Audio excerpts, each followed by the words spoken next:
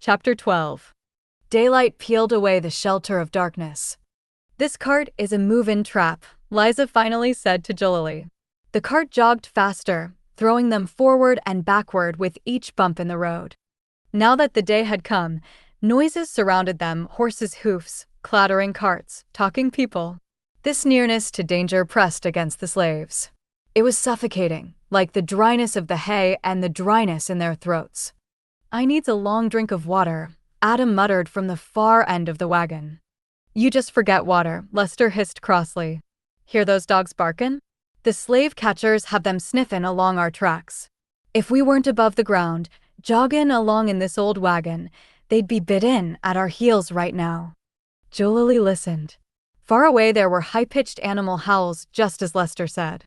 Hunting dogs let loose on a man's scent couldn't be stopped any more than a bumblebee swarming over the sweetness of a blooming magnolia tree. Julilly knew this. Suddenly, the cart slowed its speed. It swerved abruptly onto a rougher lane, which they could tell was narrow because tree branches scraped against the wagon's sides. The wheels splashed through shallow water, and then the wagon stopped. There was need for speed because the little driver jumped from his seat and ripped the canvas from the cart. "You must all come out of the hay at once," he said, "and hide inside the barn here." His voice was urgent. Julilly stood up, brushing the hay from her hair and face. The freshness of the air and the brilliance of the sun were sudden joys she could not conceal. "Liza, oh look," she cried. A swift-moving stream sparkled beneath them. An old barn snuggled nearby in a tangle of vines and gnarled tree limbs. It seemed to be waiting for them with an open door. "My old body just won't untangle." Liza sat twisted in the hay. Julilly bent down and lifted her friend from the wagon. It was no effort at all. She could carry Liza. Lester wouldn't have to worry about anybody slowing them down again. "I seem to be growin' strong as a horse," Julilly laughed. "I'm shrunk up poorly as a dried cricket," Liza scowled. They joined Lester and Adam beside the stream, and the four of them drank greedily. The little Quaker paced nervously beside them. "You must come inside the barn." His voice remained gentle but firm. "I must be on my way soon. If we are tracked down here, there is no way I can protect you." They followed him inside the barn. It was sweet-smelling and dry. Someone had covered the floor with new-mown hay. They had made it ready for them. There was a bundle of food near the door. The little driver drew all of them close to him beside an open window. He placed a round glass object on the flat windowsill. A black needle quivered inside it. He showed them how the needle always pointed north, the same as the North Star. "I am leaving this compass with you," he explained, and he chipped it slightly with his knife a little east of north. "You must not go straight north, it is too dangerous. Follow the needle east until you come to the Cumberland Mountains near the city of Knoxville. In the mountains there are caves for shelter and Indian paths to guide you." The fugitives listened carefully. Julilly repeated the strange names over and over in her mind. The little man pushed his wide-brimmed hat back from the shadows of his face. For the first time, Julilly noticed his bushy gray eyebrows and deep-set kindly eyes. He talked about mountain ranges they would cross and cities they would come to. He believed they were going to get to Canada. All four of them needed this faith in their venture. They drew closer to him, more hopeful than they had been since leaving Massa Ross.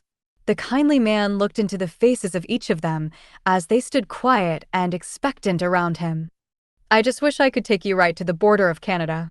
There was unexpected fervor in his voice. "Slavery is a horrible evil." He pulled a round, sturdy watch from his pocket, then checked the position of the sun in the sky.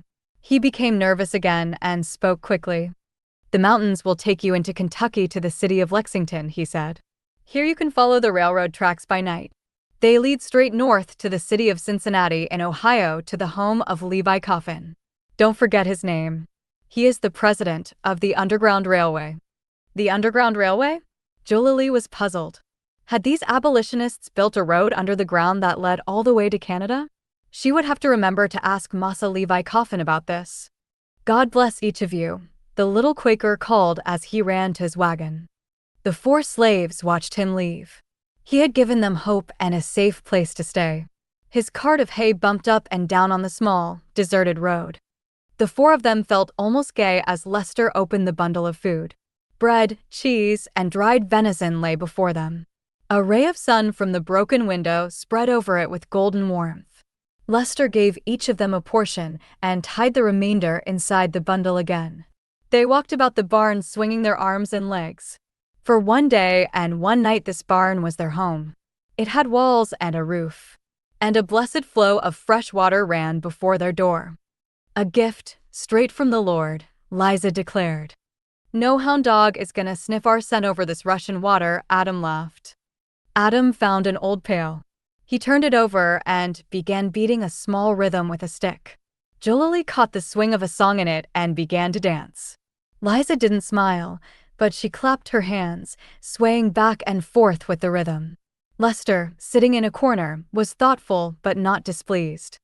Before the sun sets we should catch some fish, Adam said, laying down his pail and walking to the door.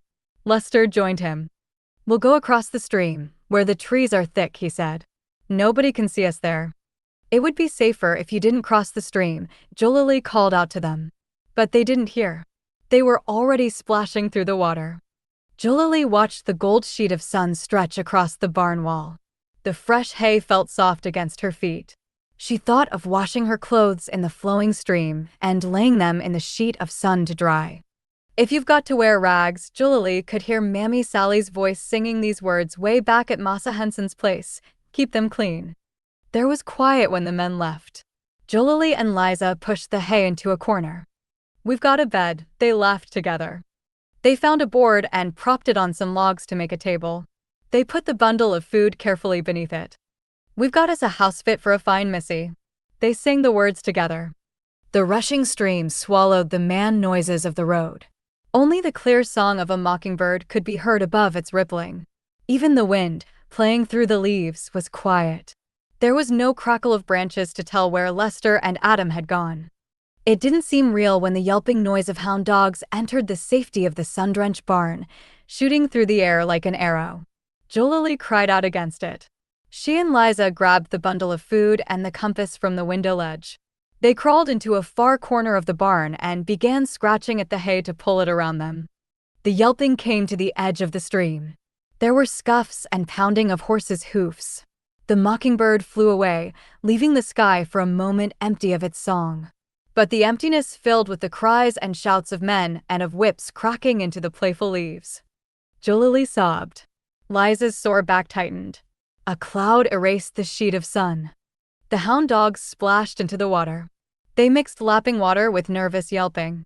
Their swinging noses sniffed the scent of Adam and Lester, and they bounded, screeching up the river into the grove of trees. They crashed through the bushes. The horses stamped behind them, and the men shouted from their saddles, their whips ripping the air. Low cries of pain and terror rose from up the stream. Julilly and Liza stood helpless in the doorway of the barn, wringing their hands.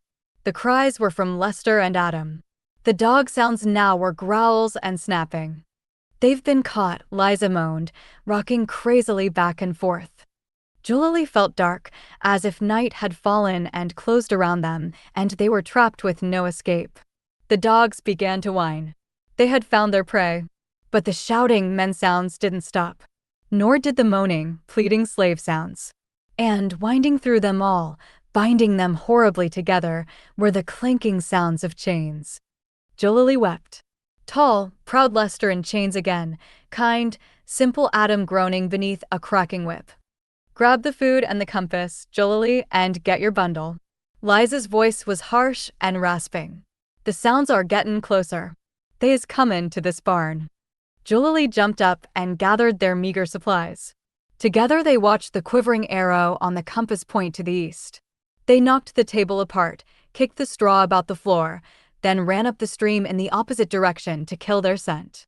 They left it finally to enter a grove of trees across the main road. They headed east into denser undergrowth, then stopped. There's no more pretendin' on this trip, Liza, Julilly hunched beneath a shrub.